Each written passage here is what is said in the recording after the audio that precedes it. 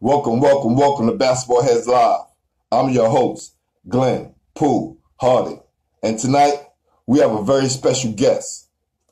This basketball head was a student of the legendary coach Gil Reynolds, who coached some of the most legendary ball players in Brooklyn.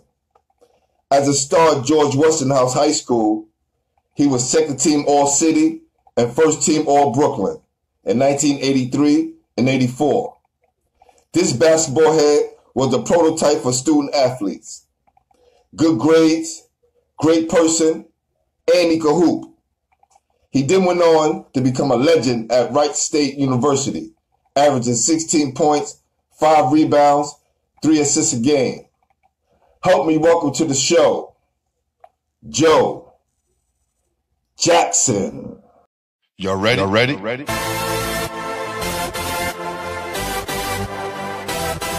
Yeah. You have just stepped out into the world of chaos, where everybody goes hard. Come on. Go hard. Go hard. Go hard. Go hard. Go hard. Go hard.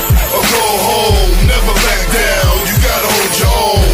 Go hard. Go hard. Go hard. Go hard. Go hard. Go hard. East Coast. Go hard. West Coast. Go hard. Midwest. Go hard. Dirty. Hurry up, everybody. Get online, buy your tickets, cause the game about to start. Alright, I'm here now. I don't know who the hell. I'm like, damn, Joe, you cooking? What you doing? You showed me ribs and shit. I kept going, yo, that ain't me. Then I saw it was Mr. Crossland. I'm like, what the hell? Yeah. Oh, man, that's my guy. He's a big supporter of the show. But I'm glad I got you here, brother. All right, thanks for having me. Yo, Pat, that's crazy, right? He had me all in the kitchen and shit. I'm like, damn, that ain't me at all. Right, and when I scrolled down and I saw it, you said, what did you? And I got him out of there.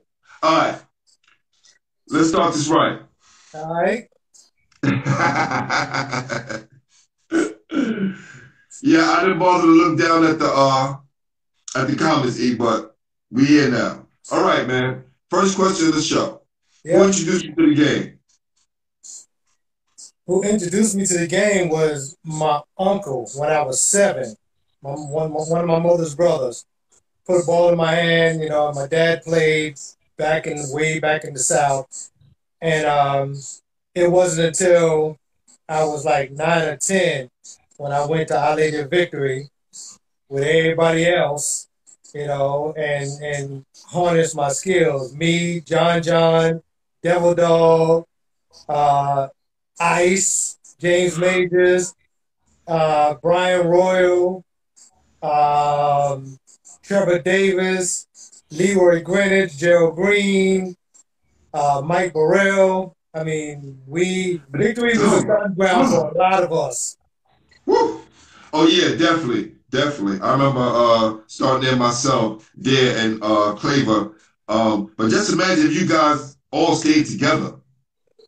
Oh, it'd have been unreal, man. It'd have been unreal. But you know, Bob Brathwaite was the coach, and you know, he just recently passed away. So you know, God bless his soul. Yes. But you know, hey, he had a franchise, man. We were some of the best players in the city at that time. Well, they were. You know, I was just in their shadows. So you grew up in the Stop? Yep, right on Jefferson between Reed and Stuyvesant. It's the Malcolm X now, but Reed and Stuyvesant. Reed, whoa. So definitely you go back. You definitely do it down best side. For sure. So at that time, who was the best player in best side at that time? Man, we talk about the older guys too. We had so many, but back then, you know, one of the best players that I had seen at that time was DeVere that come out of your projects. Wow. You know, DeVere and Lil Vaughn. But right around the 309, right around in that area, you know, it was Warren Shears that took me on his wing, Scott Allen, Eric McCoy, Ty Whitehead that played at Dwayne McMillan that played at FDR.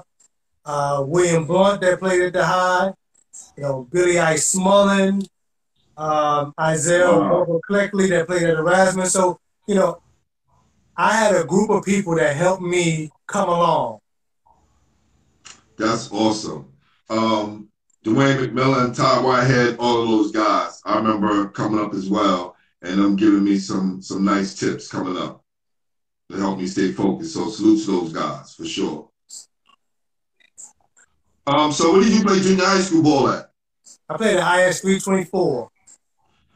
You a neighborhood guy for real. Like, stay in the neighborhood. 324. What was Mr. Mickens the principal there? No, he wasn't. Mr. Okay. Johnson. Mr. Johnson was the principal there. Okay. Yeah. Okay, Yeah, cool. I stayed in the neighborhood. I went to 309 in public school. Right. Went to IS 324 for junior high school, and then I went downtown to Westinghouse. Yeah, man. That's dope. That's dope. And that's when things started to develop then. I remember going up to 309 Park. Well, I just remember the guys from around the way saying, listen, if you want to get your fundamentals straight, you go up to 309 Park and Gil Reynolds be holding workouts. I remember going up there, man, you, Gary Shears, Dwayne Carswell, and a few other guys. But I just remember you guys, you and Gary being the model, right? So whatever we wanted to do, we had to kind of watch you guys. And Coach made sure that. And that always stuck with me. Always to this day. You two guys. That's why I thought you guys went to high school together. No. We grew up. Right. We grew up. Right. I mean, we both went to 309. We both went to 324. He went to Tilden, and I went to Westinghouse. Cool. Yo, Haas, good to see you, my brother. Love you, man. Good to see you, man. Tell Haas, thanks for joining, bro. Yeah, for sure. Glad to see him back, man. So how did you get introduced to Gil? Coach Gil Reynolds. Well, he, like I said, I was already playing at Victory with Bob, and once as you got older, you eventually graduated to Vanguard. And I remember at Victory, he was holding a practice, and we was doing a drill, and when we had to dribble from one end of the court to the other end of the court. And I learned how to play the game with my back to the basket. So facing the basket was null and void for me. So I'll never forget, me and John was doing the drill, and as I'm dribbling down the court with my back to the back. I'm backing down all the way out. So he's like, wait, son, what are you doing? He's like, how could you see what's going on in front of you with your back to everybody? And from that point on, I had to learn to face the basket. Wow, that's crazy. Listen, I remember a time when Dwayne Carswell was doing a drill where he had to jump up and touch the rim. Right? And Coach it was like newspapers wrapped up. And he was popping them on the back of his leg to get him to jump higher. Yo, and I was just sitting there going, damn, you already heard the rumors, right? You heard the rumors. He'll smack out of you, right? Until you go get your daddy. Right? And the whole time tightening the watch on his wrist is just like, and how you that diesel, you that old, and you just tightening the.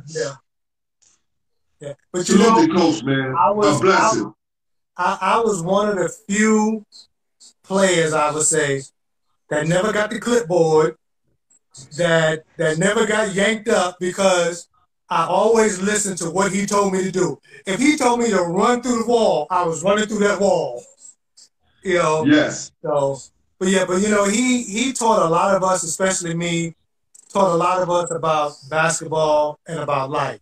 So everything he taught us on the basketball court applied to us in our everyday life.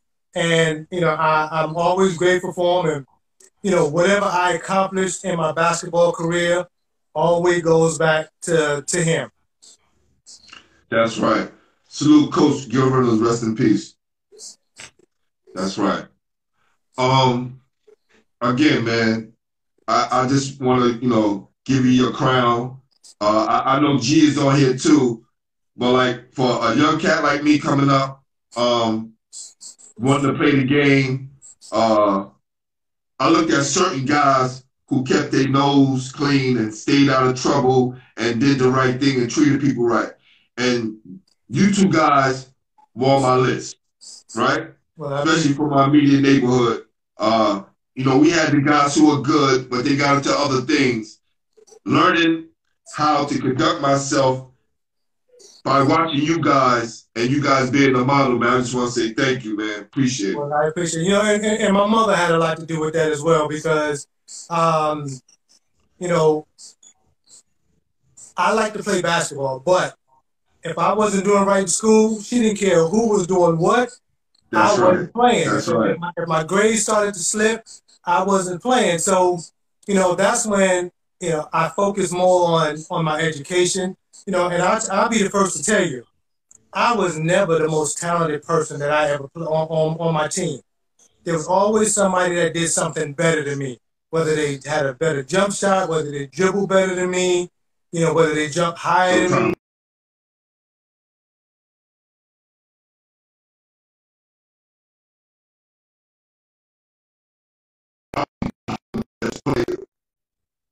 Right? The guy with the heart. Not saying that my other guys didn't have heart, but that glue. So I understand what you're saying, Joe. Trust me. Yeah, I always played with passion. I mean, I left the game on the court every time I stepped on it. I left it on the court. Wow. Who's this? Cho Train said Joe went to the semifinals against the Broncos against Mark Jackson. I remember that. Wow. Yeah, well, you know, that was solely because we had John on the team. Listen, I'm here to tell you, like all the players that I've named and all the players that came through victory. Like I said, we all went on to do different things, but I would probably say that I was the one that cared the least about basketball because I was into my books. You know, I was probably the nerd out the bunch. I was into my books.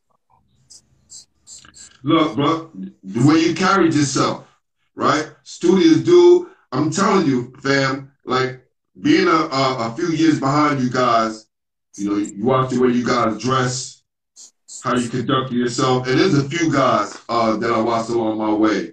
So definitely, man. Now listen, Hassan was on the show. Gerald was on the show. Yeah. Still waiting for Keith, right?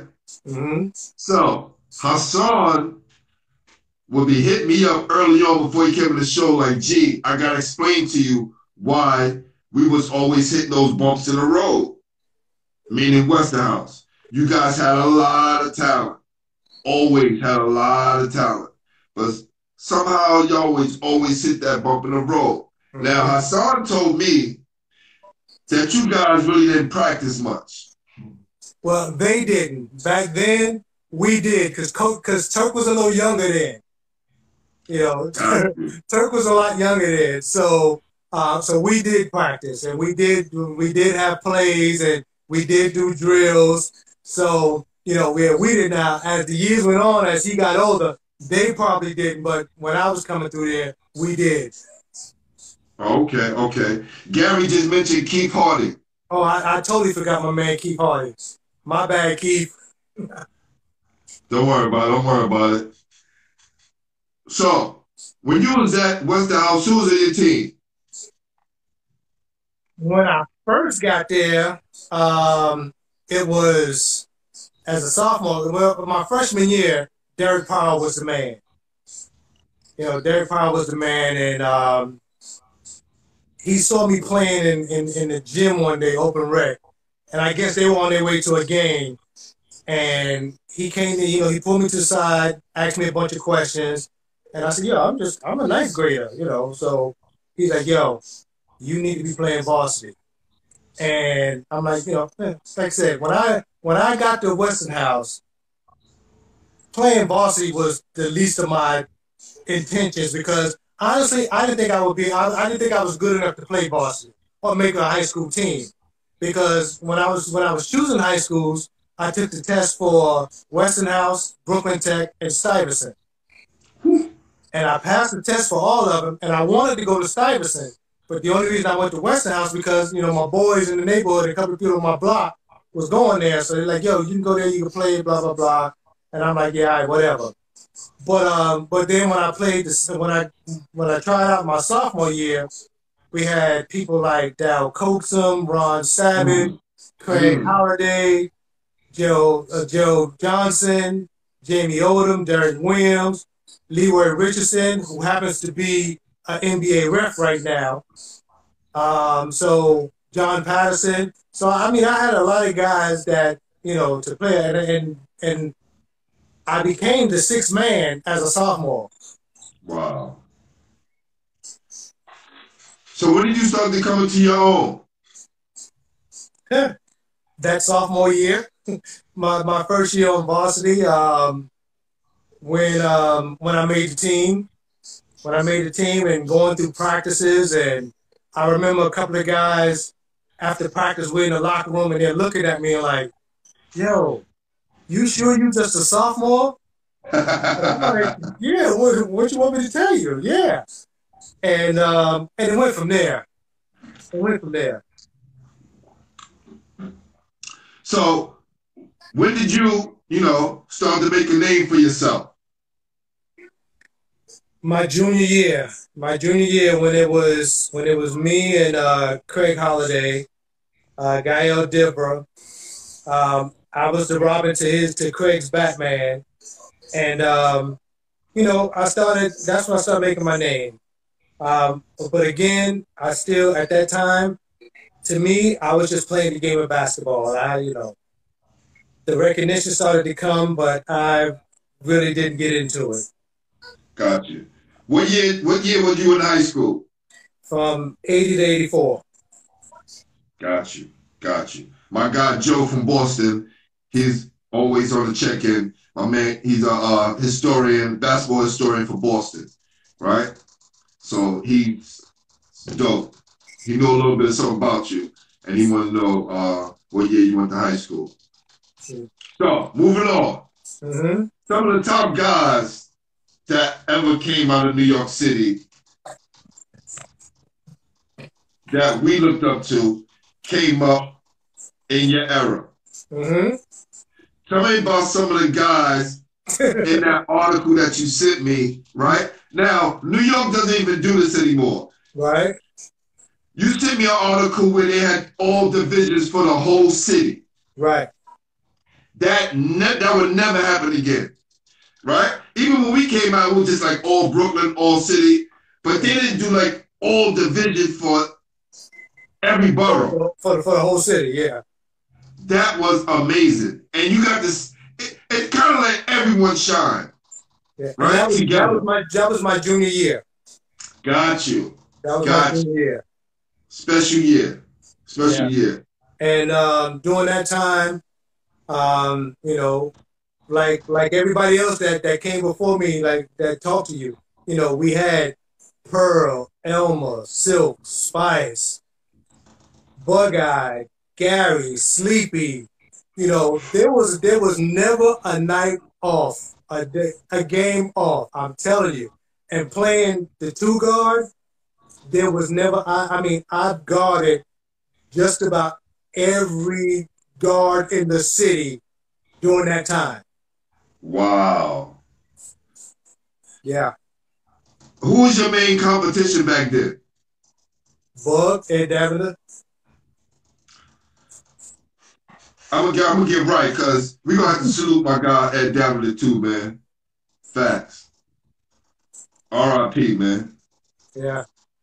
Ed Davender. For some reason, we had this dislike for each other. But when you look at it as you got older, it was a mutual respect. But Bug, you know, he got under my skin and I got under his. So give me a scenario. Give me one game where you played against him and how did it go? Well, the last game we played against each other was in the playoffs. We was playing We was playing to get to you guys. Matter of fact, we was playing to get to Lincoln, and we, you know, we were winning. And Gerald talked about this game. We were winning, and I grabbed the rebound, and Trevor Davis fouled the crap out of me, but they didn't call it.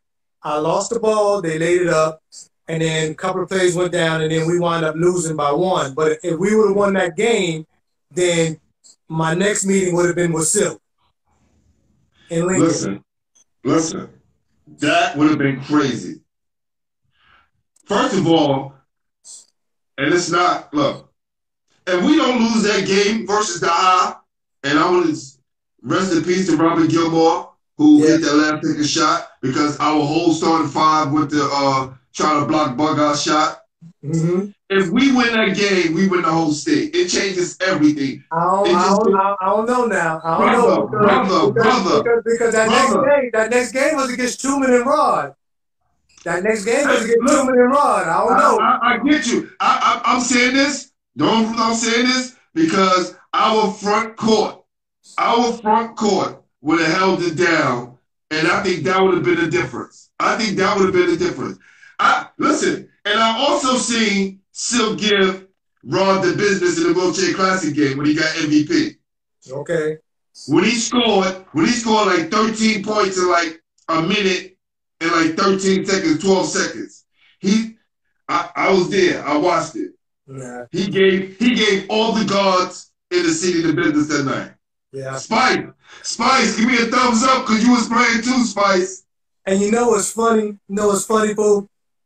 In '84, our senior year, the first team all city was Rod, Silk, Eric Johnson, Doug Harris, and Bug.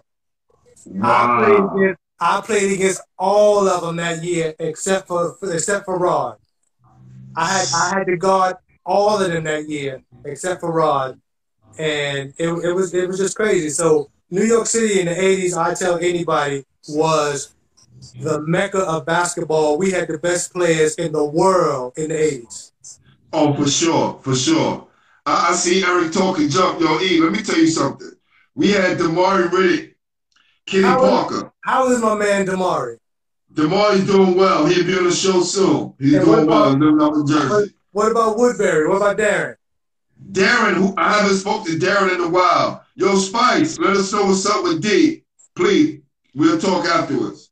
Let me tell you something. Another underrated player, Darren Woodbury. If he had the right push, could have went and played anywhere. Trust me. D was a problem.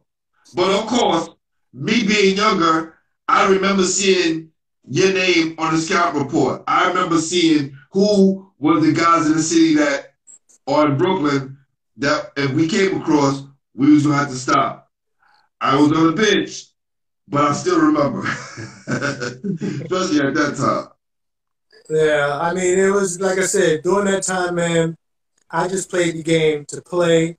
I honestly didn't think I was that good, but, you know, it is what it is. Basketball got me a free education. That's what I look at it. Darren Woodbury went to Wright State? Not while I was there. Yeah, yeah.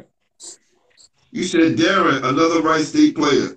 Yo, Scar, we gonna have to talk about that because I never heard that. No, I thought Darren kind of got derailed like Bernard Mitchell, another great from Lincoln. Now Dorian Baldwin from Aham, he was recruited by Wright State with me, but then had a accident that allowed him to then go somewhere else. But Tyrone Joy, I just see Tyrone Joy, that was the starting point guard for Truman that year, was my roommate. He went to Wright State with me.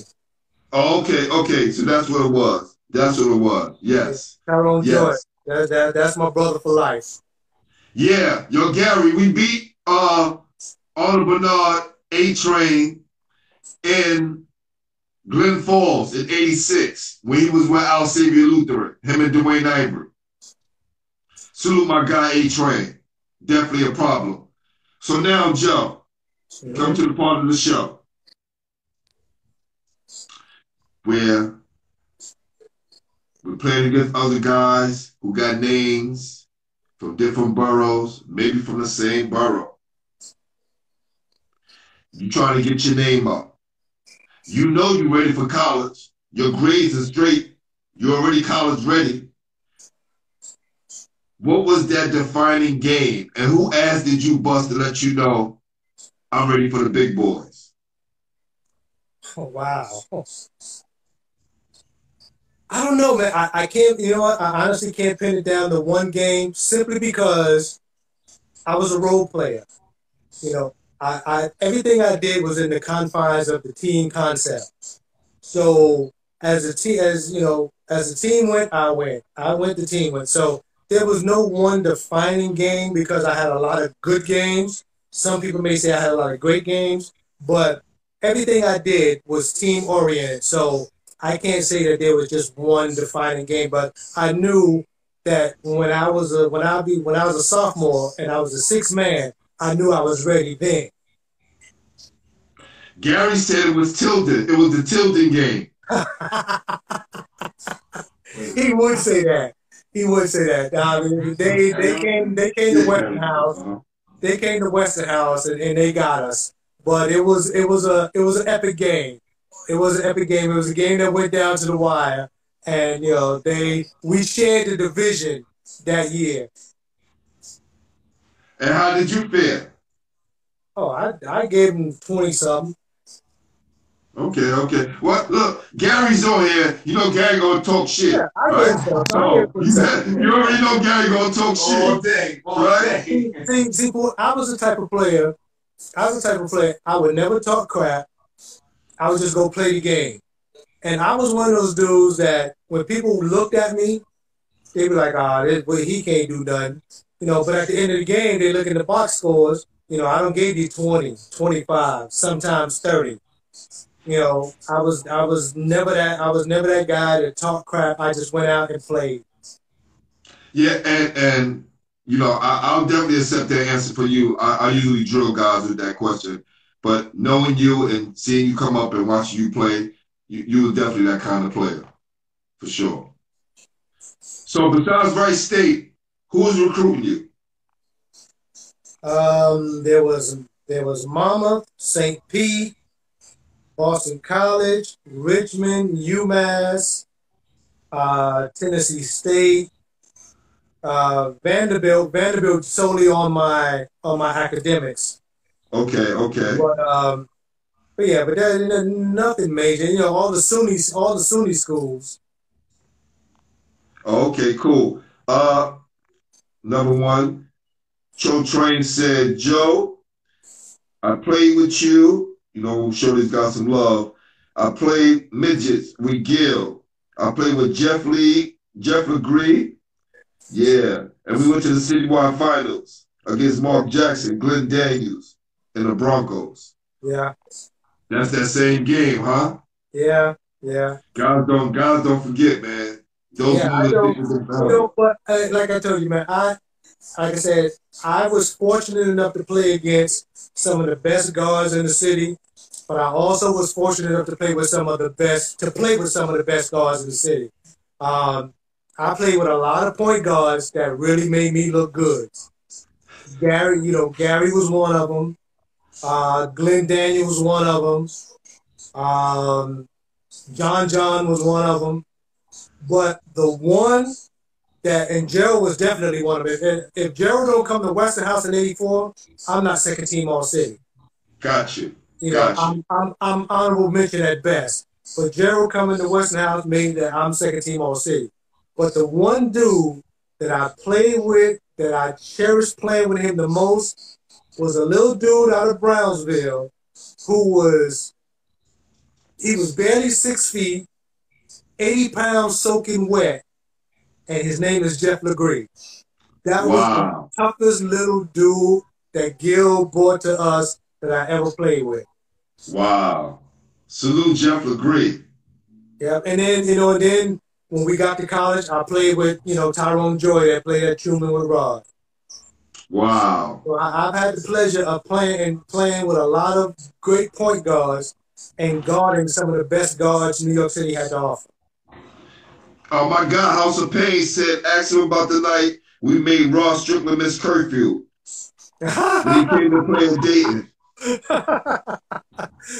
Well, when Rod was at the Paul, whenever he would come to Dayton to play University of Dayton, you know, he'd get us tickets and whatnot to the game.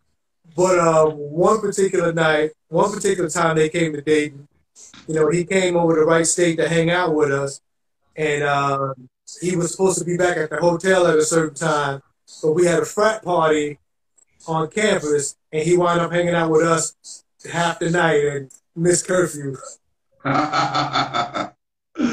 Wow. How was your time at Wright State?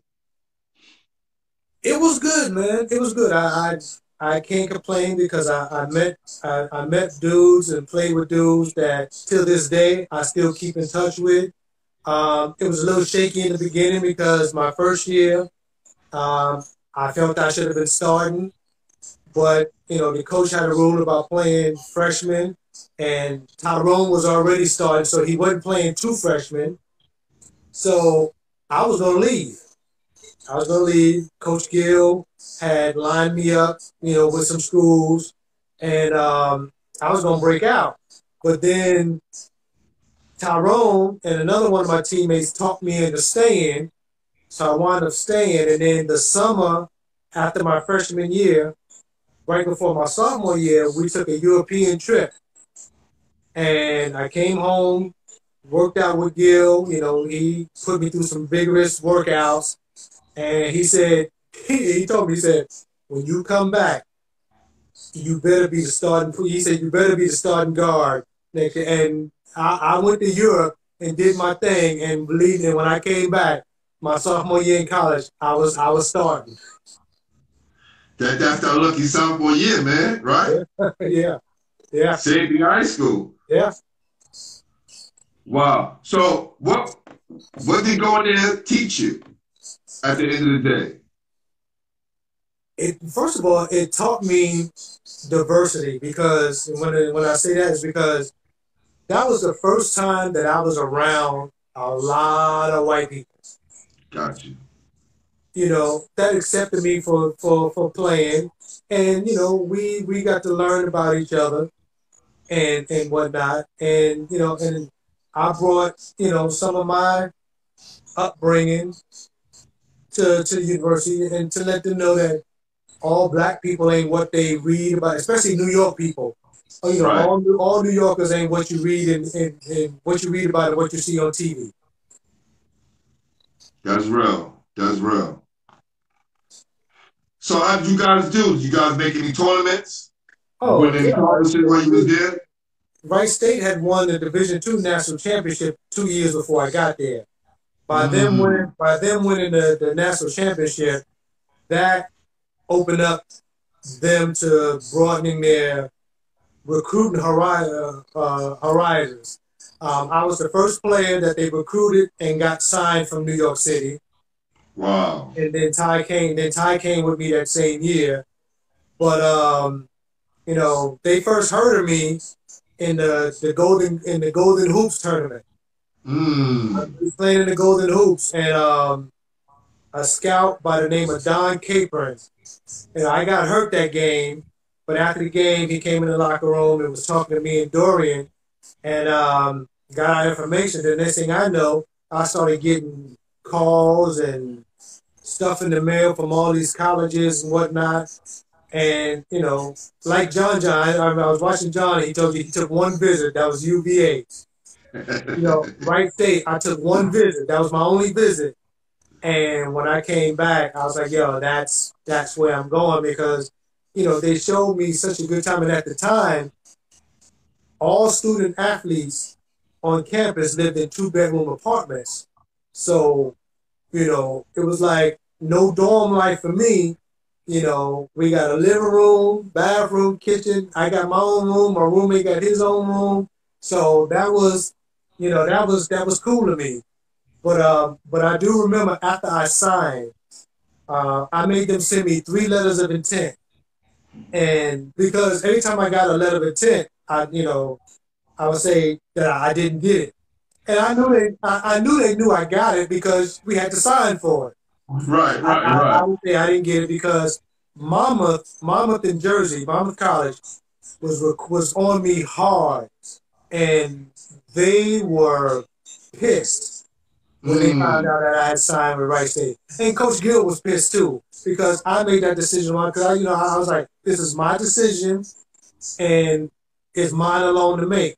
I understand you guys, wanna see me do well, want me to do what you want me, but no, this is where I want to go, and I'm glad I made that decision. You going there was the first time I ever heard of Wright Stare. Really? Fact. This is way back then when you first they started, putting out that you were going there. I was like, Wright Stare? Yeah, it was a Division II school. Right. Division II school, and like I said, they won the Division II national championship 2 years before I got there. My sophomore, again, here's another one. My sophomore year, going into the tournament, we was the #1 team in the country, and we lost to Cheney State in the semifinals. Wow. We lost to Cheney State to get us to the Final Four. Wow. Who was the coach then? Was Cheney the coach then? No, Ralph Underhill. Okay, got you. Ralph Underhill was the coach. Got you. Gary wanted to know what fraternity were you in? I'm not in one. I'm not in one. I never did join one. Yeah, same here. Ball, five ball. That's it. For sure. Oh, so now, right?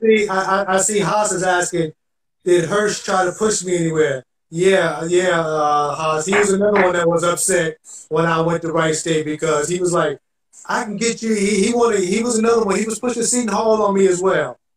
Wow. He was pushing Seton Hall on me as well. But yeah, Hirsch was really upset when he found out I was going to Wright Stare. Let me tell you something. All props go to Hirsch, right? I don't have one bad word to say about that man. That man exposed me to a lot of things in basketball, took me a lot of places, met a lot of people playing with Hirsch. One of the craziest things is, and Haas can vouch for this, after we would finish playing, we would go like to Chinatown or to like Little Italy and go to these restaurants, right? And we'll be sweating, having bags, sneakers, whatever, just looking like we just came from playing ball. And these people in the restaurant would create space for us. They would bring tables. You know how they do in the movies? Yeah. And I'm young and I'm seeing this and I'm like, what the? That shit don't happen for me. I'm a grown-ass man. Yeah. The connection. And him introducing us to Fix. Have you ever met Fix before? Yeah. We're not going to talk about him on air, but yeah. Right. Yeah. But so, it's funny. Let me tell you the story about Hirsch. He after I signed with Wright Stare, he told me, he says, what are you gonna do? He said, you don't have a left hand. You gotta start facing the basket because when you go to college, you're gonna be a two guard and not a small forward. So, and I'm gonna tell you, Hirsch every day before practice, during practice, and after practice, he made me work on my left hand and my jump shot. And till this day, I am grateful to him for that because he really pushed me and made me work on things because, like I said, I grew up with playing with my back to the basket. I get you on the post, two things gonna happen. You gonna let me score or you gonna foul me. That's real. So, I spoke to James. Yo, the door. I spoke to James Majors, right? And James, that's my guy. And I keep this as a tribute to James Majors. So this is kind of James Majors' thing. We was talking about mill money, right? Okay. I don't know about your situation. I remember that. Your guys' situation with mill money in Division II, right? Okay. But I know, It had to be more than $5, man. Well, okay, let me tell you how it was with us. Let me tell you how it was with us. Because I thought that was funny. Now we did. Now we got $40 a week. We got $40 a week for groceries and whatnot. But when we were on the road, you know, we had the elaborate team pregame meals. Everybody did. But after a game, and we taking that bus ride back to Dayton, it was $5. We pull over at a Burger King, a McDonald's, somewhere. So what we would do, some of us we put our money together and we're going to McDonald's or Burger King and get burgers and fries, and then the other half of the crew would go to the gas station and get a 12-pack. Got you. So we in the back of the bus. We eating and we drinking. You know. Okay, so look, I get it. And what years were you in school? College. 85 to 88. 85 to 88. All right. Yeah, I was okay. All right. Okay. I understand. And you guys were D2, so it's a little bit different as well. Mm-hmm. Got you. My guy, House of Pain said, ask him about Uwe runs. About what? EV runs? EV's was a grocery store. Oh, EV runs. I got you. The store out when you guys went to school. It was a grocery store when we went to school. So when we got our meal money every Monday, you know, I take 20, Ty take 20, and we'll go to the grocery store and buy up groceries for the week. Right. And then, back then it was a real cheap grocery store. Yo, James said I'm not alone anymore. Yo. Salute, my guy Ice. Yo, that's crazy. Well, when we was in school at Fairleigh Dickinson, my guy Stem can vouch for this. We had an 18-hour path mark right up the block. Mm-hmm. After 12 o'clock, only 2 people be working in the whole store. One at the cash register and one stock person. So needless to say. All right, next question. All right, now. So have you been keeping up with New York City basketball? I have. Not that, when I was away and when I was living in Atlanta, not as much, but since I've been back, I've been trying to see who's who and what's what. What's your thought on the game? They don't play they don't play it like we used to. They don't play it like we used to. Now look, hold on. I don't want us to be sitting up here like some old folks and be like, yo, they don't play our music anymore. They don't run out. Like, what is the real deal? What is the real problem that you see in New York City? There's a lot of guys. There's no teachers. Gotcha. There's no coaches teaching the game. New York City still has a lot of talented ball players, but they don't play for the love of the game like we did. Everything is about a quick buck now. I'm gonna be the next this. I'm gonna be the next that. It doesn't help that you got these AAU coaches and these sneaker companies and whatnot, paying these kids under the table and whatnot. So, like I said, I don't knock it. Do what you do.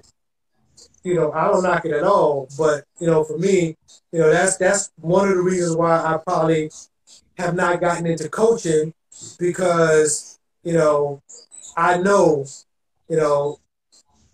I would have somebody's kid up against the wall somewhere trying to talk back at me. Well, there's different ways to go about it without doing it that way. I think definitely needs to be a lot more of us teaching the next generation. But the gap, right? My guy Pat Alphonse got a podcast called a bridge podcast. And what we gotta do, we gotta build that bridge and meet these guys halfway because they don't know. If you don't know, right? If you don't have your history, right? If you can't go back and chart 5 to 10 years back of some of the greatest ball players of your time, right? They don't have to go back and follow what we're doing right now. This is why the podcast would be good for them to go back and listen to these stories, right? And these lessons. But we got to start bridging the gap in some way, somehow. We just got to, do our part and then let the crumbs fall where they may. Exactly. I agree. Yeah. So, who was the best high school player you played against? Best college player? And best pro you played against? Best high school player, hands down, Pearl Washington. Pearl was the best player that he's the only player that actually embarrassed me on the court. Literally embarrassed me. And I'm gonna tell you what he did. My sophomore year, we playing at the high, a Friday night. I'm in the neighborhood. Got the whole neighborhood in there playing. That's one of the first games my moms and pops came to see me play in high school. Right? So I didn't, like I said, I was a sixth man. So we played a boxing one. And when I come in the game, I got to guard Pearl. Pearl shook me to the floor, went by me, waited for me to get up, get back in front of him, only to do it again. Wow. Only to do it again. And then he hit Elmer in the corner, and Elmer hit a jumper in the corner. But that's the only dude that has really embarrassed me on. So he's by far the best high school player I've ever played against. In college, there was a brother by the name of Steven Jackson. He played at Southern Indiana. This dude was about 6'6", can shoot from the parking lot. And I was the type of player, like I said, I never was one to talk crap, but my teammates, they used to ask me, Steven Jackson coming to town, what you gonna do, this and the other. He gonna do this to you, he gonna do that to you. Situation. Right. He gonna do this to you, gonna do that. And I'm like, why he doing all this to me? What y'all think I'm gonna be doing? So the first time we played at Wright Stare. We beat him in double overtime. I gave him 29. He gave me 21. We go down to their place. We lost that game by 1. I gave him 21. He gave me 17. So it's like that's the type of player I was. There was a lot of people that thought they can just, by looking at me, that thought they can just come do what they wanted to me. But they, at the end of the night, they knew, they had their hands full. Wow. Yeah. And did you ever get a chance to play against any pros? Did he got that much of the league? Yeah. I would say that at that time, the best pro player I played. Every New York City ball player that I played with that went to the pros was good. But at the time, I played against Dan Marley. Wow. And that dude was a man amongst boys playing when I played against him. We were both seniors, so he got drafted that year. And it was, he was by far, that jump shot was unreal. That jump shot was unreal. But I gave him 18 as well. I hear that. So, how do you stay healthy and in shape these days? One, I'm not in shape. I ain't in shape enough to play ball, but I got to get you. But my 2 young kids keep me active. I got an 8-year-old son and a 10-year-old daughter. They're playing soccer. football. You know, they keep me busy. Got you. And what are you doing now? Right now, well, a couple of years ago, I retired from Delta Airlines, and now I'm working at JetBlue. Retire one, cash another one. Smart man. Exactly. Just listen. This is why I say, man, you're the prototype student athlete, man. Guys should take notes that one day that game gonna be over, right? Exactly. That game gonna be over. You ain't gonna be able to jump and run and dunk and do all the things that you did when you was younger. And you gotta have a way out and keep your sanity. Exactly. And worry about what everybody else doing. Because he went to the pros and he went big time D1 and he played here. You stay in your own lane and you carve out your own path. I was always one to stay in my lane, man. Like I said, basketball to me really was just something to do. I happen to be good at it. Some people, some people tell me I'm better than what I think I was, or than I thought I am. But it was like I said, it was just something to do. And Gary kidded me all the time. He's like, man, you should have got you at least a year or two in the league. And I probably could have if I would have applied myself or worked on stuff. Like I told you earlier, I was never the best player on any team I played on, whether it was in high school, college, or playing in the summer with Gil. There was always somebody that dribbled better than me, somebody that shot better than me, somebody that jumped higher than me, but nobody played with the heart and passion that I played with. So because of that, that's why a lot of people thought I was always the best player on our teams, because I left it on the floor day in and day out. All right, we're going to come back this last session. I'm going to show you your art piece. Thank you, my brother. I appreciate you. Come back so you can see your art piece, man. I appreciate it. Joe Jackson, y'all. Joe Jackson, Westinghouse and Wright Stare great. All right.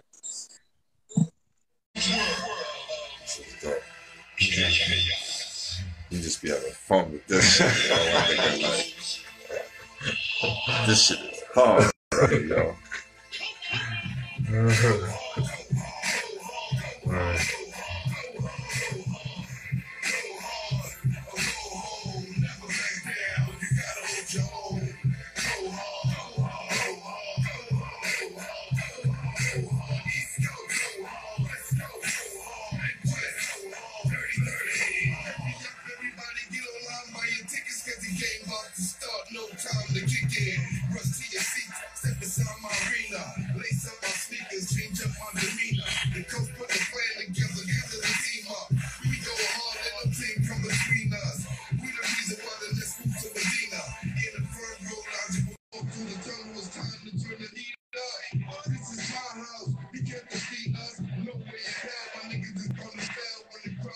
Wow.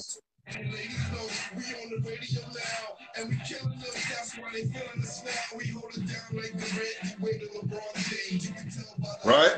You don't have to be the best player. Wow. Get this right here, brother. I appreciate that, my dude. You just have to make an impact in New York. And that's what you did, my brother. I appreciate that. Salute my guy.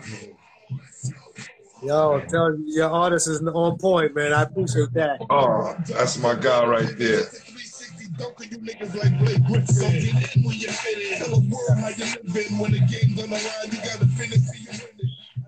For sure, man. So before we get out of here, just ask you who would you like to nominate to be on the show next? I gotta go with my brother G Shears, man. Okay. We're definitely gonna do that. Yo, G, I'm gonna holler at you. Either Gary Shears or Brent McCullum, a brother that played with us at Vanguard that went to August Martin. Nice, nice. Holler at Brent for me, man. I need to get some more Queens guys. Okay. That works. Okay. All right. Appreciate you, my brother. Thank you for having me, man. No doubt. And I guess I'll see you when you're out reference sometime. You know what I do? I coach, man, but listen, I'm always gonna be out here repping this basketball heads thing and what we do. So thank you, Joe. Appreciate you. All right, man. Appreciate it. Peace. Appreciate you. Peace. All right, guys.